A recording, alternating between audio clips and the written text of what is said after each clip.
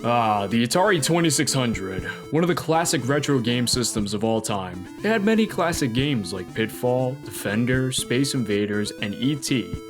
Just kidding, that game was a piece of shit. During 1983, Atari was having a very difficult year, from new game systems for Atari to compete with, to fighting with third-party developers like Activision, Coleco, and Mattel, just to name a few.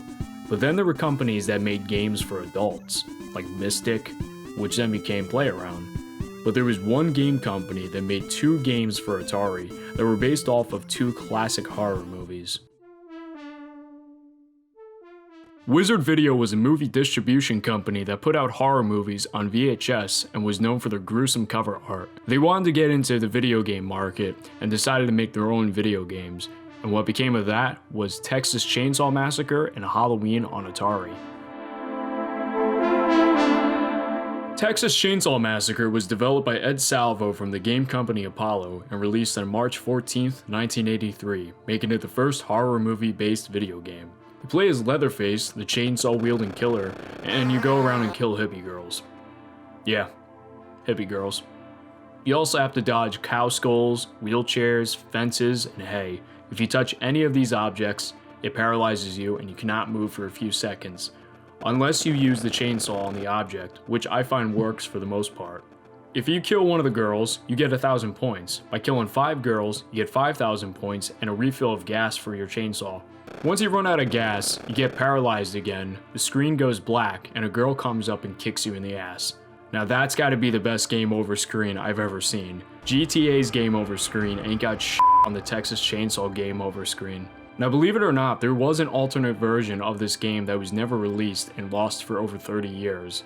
In this version, you play as Leatherface chasing a victim in a maze. You can drop blocks to trap the victim, but chances are, the victim will shoot you before you could trap them up. Not surprised this wasn't released. Halloween was developed by Tim Martin and Robert Barber from Apollo and released in October 1983. You play as Laurie Strode and try to save the kids from being killed by Michael Myers. The more you save the kids, the more points you get, but the faster Michael Myers becomes. There are some odd things that need to be pointed out about this game. One thing is the naming of the characters. The characters in this game are never actually called by the names from the movie. In the instruction manual, they refer to Laurie Strode as the babysitter and Michael Myers as the homicidal maniac.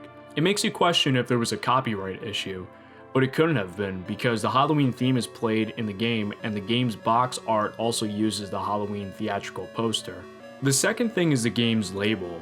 Both Halloween and Texas Chainsaw games use the theatrical poster of the movie on the box art. The cartridges had a stock label with the Wizard Video Game logo and the title of the game on it. Now later on, when Wizard Video Games was going bankrupt, they were trying to save some money when making these games. They ended up using white stick-on labels and writing the name of the game on it. Yeah. I almost forgot to talk about the best part of the game. When Michael Myers kills you, you get decapitated, the neck stump starts squirting blood, and you run around like a chicken with its head cut off. When the kid gets killed, they fall and start squirting blood out of their head.